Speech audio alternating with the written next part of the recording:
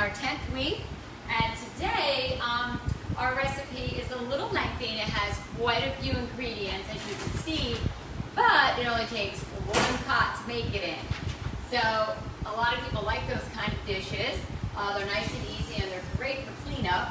So as you saw on the Facebook that I had put, they were making chicken cacciatore. And a lot of people have a memory of it from their childhood, I've been finding out. A lot of people have been messaging me and saying, oh, I remember that, but they've never actually made it. So I'm here today to show you just how easy it can be. So cacciatore basically means hunter, and it's like a stew type of dish that we're going to be making today. It's got chicken, it's got little vegetables, so you've got your protein.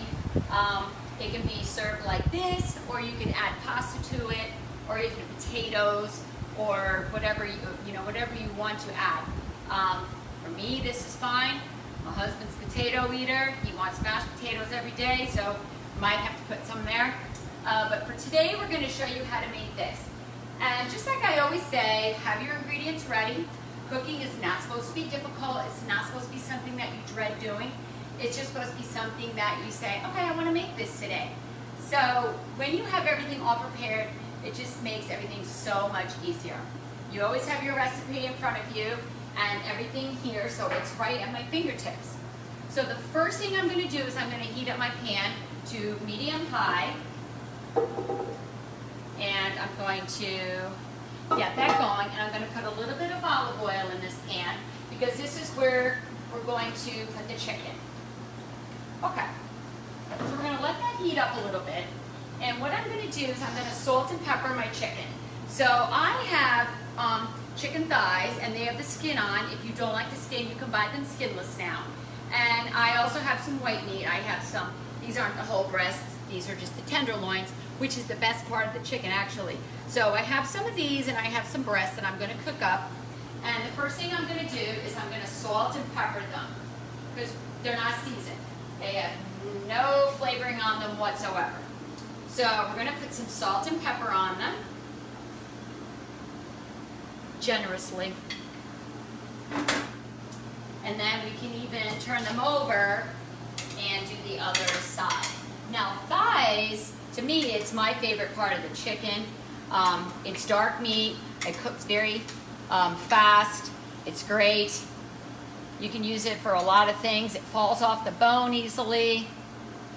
Okay, so what we're going to do is we're just going to do both sides. Don't be afraid to season your meats. Okay, and then we're going to put them in the pan. Oh no, we're going to actually dredge them in a little bit of flour first.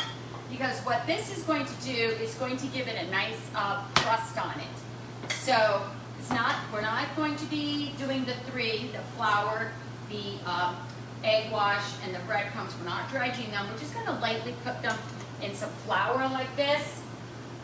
And remember now, whenever you use flour, like this will have to be thrown out afterwards because you can't put any meat in here and then save this.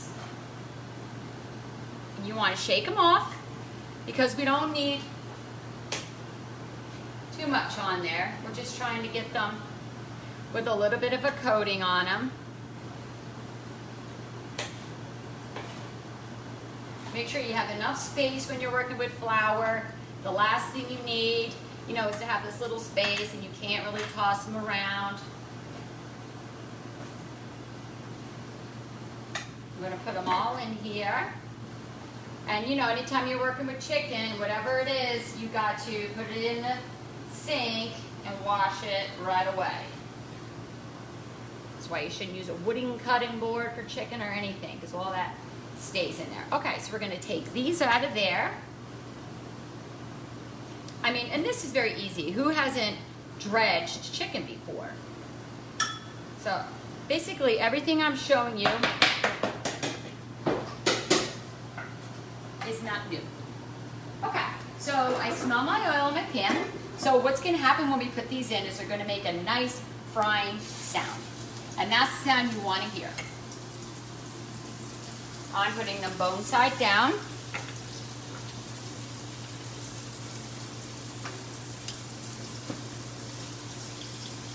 And I'm going to put my breast in here. Cook these up. Might add a little bit more oil here.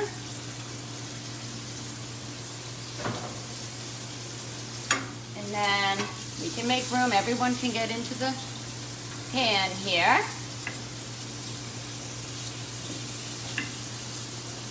Let's get room for him.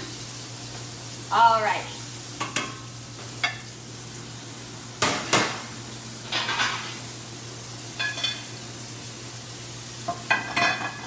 Okay. So now that these are browning up a little bit, what we can do is we can just let them keep going.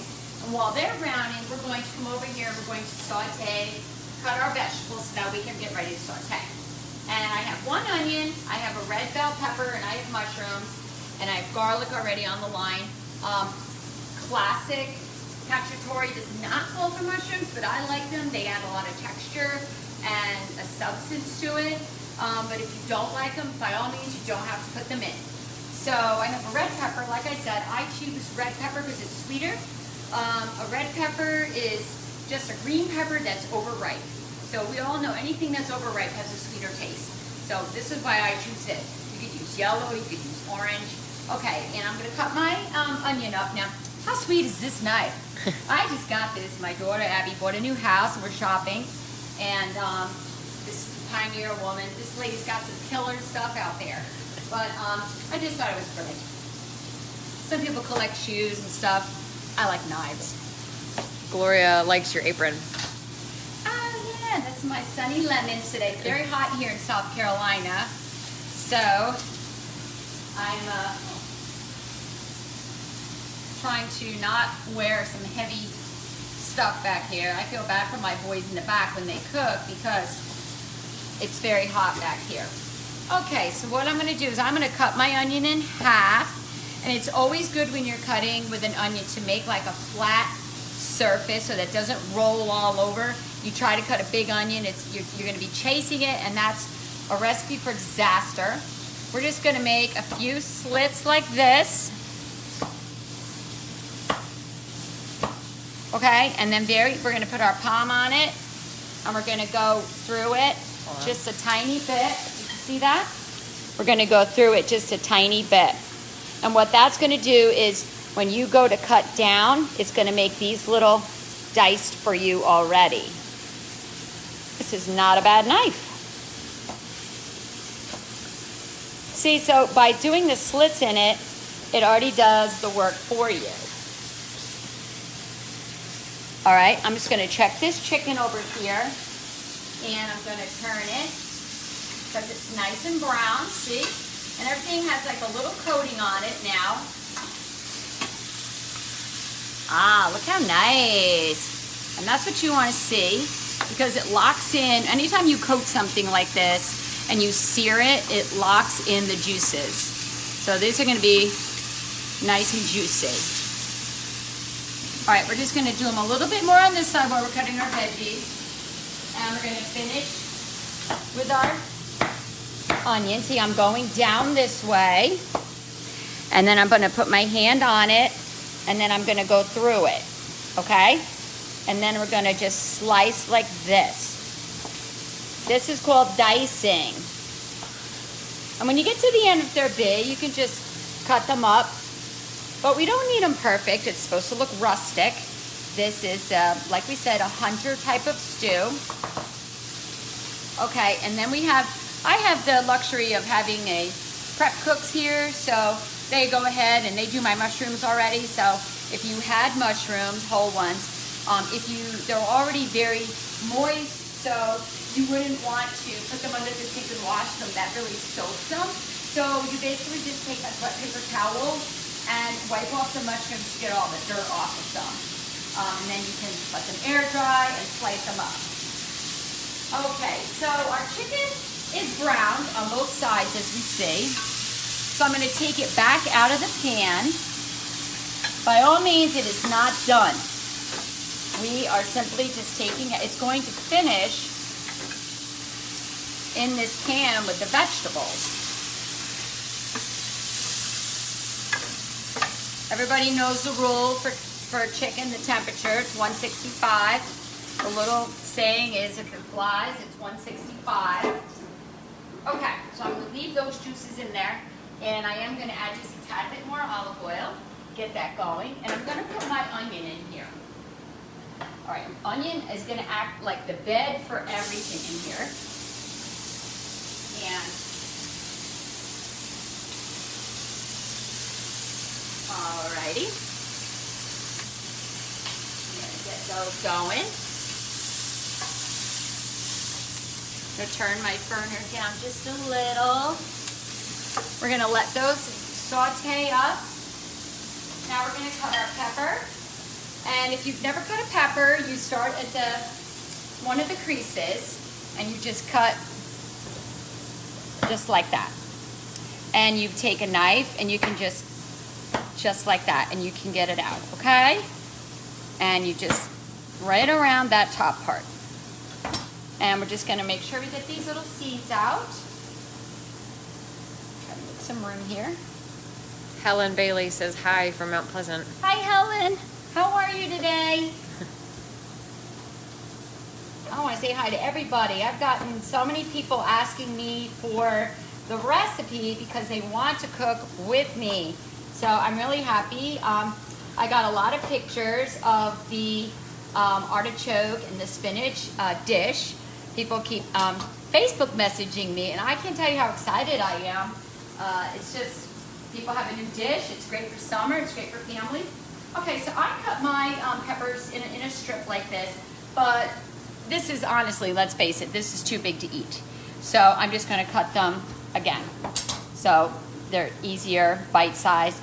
And remember, this is a stew. So we're going to put them on top. Yes, you may steal one. On top of the onions.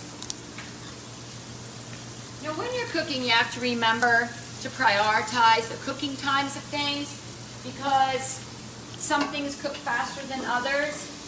And remember, the smaller that you dice up something, the quicker it's going to cook. So we're going to get those in there. I'm going to put a little bit of chopped garlic. So we always have like all this delicious garlic. Can you smell? It's great. And we're going to put that on top of everything as a bed. Because if you put it in a hot pan, what do I say all the time? It burns and it's bitter. And once garlic is bitter, it just flavors everything that way. It's horrible. Okay, so this is going, and what I'm going to do now is I'm going to salt and pepper this. Because once you put salt on any type of vegetable, it sweats it. It brings out the moisture, and then it speeds up the cooking time. So we just put a little bit of salt on there. And then, hi Cal. I'm sure you already know how to make this. By the way, I ordered a chicken salad from Kelly and Kelly Myers, and it was off the chain, let me tell you. The best. I have been eating it and eating it for days. Okay, so I just put dry oregano in here. And I use dry because it has more of an intense flavor. If you don't know what oregano is like, it's a little bit lemony, but it's very woodsy. And since this is that type of a stew, we're going to use that today. Make sure my flame is up. Okay, so we have these going. If anybody has any questions, now would be the time to ask. I've got my mushrooms here, so I'm going to put some of these in now. These cook the fastest, so we put them in the latest. Because actually our peppers and onions are going to take a long time. And how do you know when an onion is done? It's see-through, which is called translucent. Okay, and I'm just going to go ahead and put some mushrooms in it now. And like I said, if you don't like them, I find they're an acquired taste. And it's always the texture that some people just don't like. Unless you're like my daughter here, she just developed a weird allergy to them. And I love them. She's been eating mushrooms her whole life, and now all of a sudden, she gets a really bad stomach ache from them. So, who knows why we change our taste buds change. Okay, so that smells so good. Okay. The next thing we're going to put in is 3/4 cups of white wine. It's chicken, so why not white wine? Well, people will say, well, if you're using red sauce. We want to enhance the flavor of the chicken. So we want to use a white wine. This is a dry white wine. This wine is from Impero. That's my friend Alessandro's wine company, Impero Wine. He's been with me since I opened the doors here. He took a chance on me, came in one day and said, would you like to buy some Italian wine for me? And I said, well, why not? And we've been partners ever since. He does all my house wines. He does my amazing Sangue di Giuda. If you've ever had it, You know. you know. If you've not had it, then you need to come in. So I'm going to do a 3/4 of a cup. All right. It's so hot back here. I wish I had a glass. I would have a cup of a glass of it. Okay, so I'm going to put the white wine in now. And that's going to actually deglaze the pan. Deglazing is just a fancy word for saying it's getting all those bits off the bottom. Because that's really where all of the flavor is.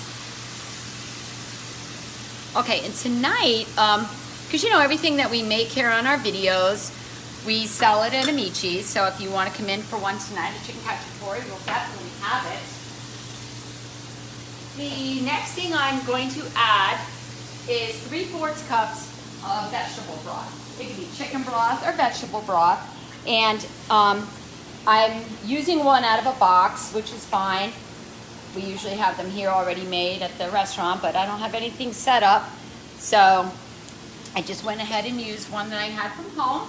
So this is chicken broth, and we're going to add vegetable. Excuse me, I had vegetable, but chicken broth is just as good. So these are cooking. And what they're doing right now is they're simmering.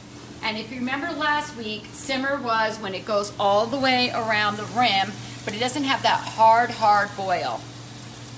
Hi, Fred. I know you love mushrooms. I hope you're following along. You want to make it in your crock pot. That's what you said. Hi, Claudette. I miss you. You guys, Larry and Claudette come and sing for us here at Amici's. And they do a rocking good time. Hi, Linda. I hope you're feeling better. Chris Schindeldecker. Wow, that's one of my kids' high school friends. Janice. Say hello to Spaghetti Boy. Fred Rolls.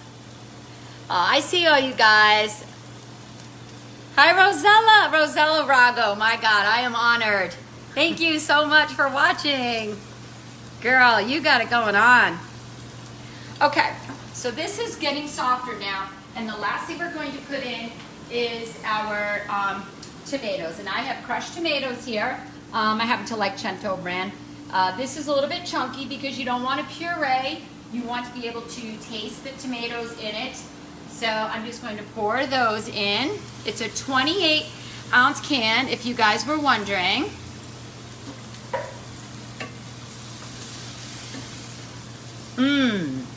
This is when you wish the phone had a smelling app. All right, so this is all incorporated in here and it's simmering away. And now we're going to add our chicken back in. And that's how it's going to finish cooking. We're going to just kind of put them all back in the pool here. I'm going to put them under. And remember, it's got that nice crispy coating on it from the flour that we put. So all of that is going to mix together in here. All right, and we're going to put a couple of the tenderloins in here. I happen to like the thighs, but a lot of people like the white meat. Our swimming pool is getting very, very full. It's a hot day here in South Carolina. It's very humid. It's very hot back in the kitchen, but I hope everybody is staying well. We're almost through this, guys. Almost done. My family in New York is getting excited. Some things are opening up for them on Monday. And I'm planning on taking a trip there soon. So I was really hoping I would get home to see my mama. She has a birthday coming for July 4th weekend. So it'll be good to get back home. And basically, guys, this is chicken cacciatore. You can, oh, I know what I forgot. I'm so sorry. I got all carried away with everybody watching. I forgot my capers. Now, this is capers. They have like a very salty, briny taste, but they add so much flavor. And I apologize, these should have been added in before when I was doing the onions and stuff. But I feel if I add them now, they will still have a chance to boil down and release a lot of the flavor. It's very important. If you are looking for them in the store, you can normally find them in the vegetable aisle or by the Italian section, the sauces and stuff. But the capers is important, and I'm so sorry. So just to recap for you guys, we did the chicken breast, and we seasoned them, and we dredged them in flour, and then we just browned them up in the pan with olive oil. We took them out, and while they were cooking, we cut our vegetables. We cut a pepper, an onion, some garlic, and mushrooms. Then we sauteed that in the olive oil for a little bit. We add the capers in then, salt, pepper, and oregano. Then you add your white wine, your stock, and your tomatoes. And everything cooks down together, and then you put the chicken back in. And then you have an amazing dish. So let me just show you here. You can get the full, look at this. Look at the steam, look at the bubbles. I can't eat it yet because, 165, and we're not there yet.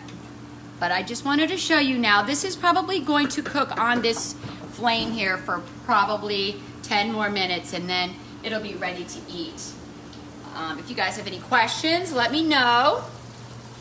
And I just wanted to say thank you for watching my videos. I was very surprised. I went away last week, and I kept getting notifications that I had so many viewers. I never had that many. We had over 5,000. I was just really touched. Thank you so much. I've enjoyed cooking with everybody, and please let me know your suggestions. People keep telling me what they want, so I'll do the best I can. You guys stay well, and we'll see you again next week. And thank you for joining me today. Have a good weekend.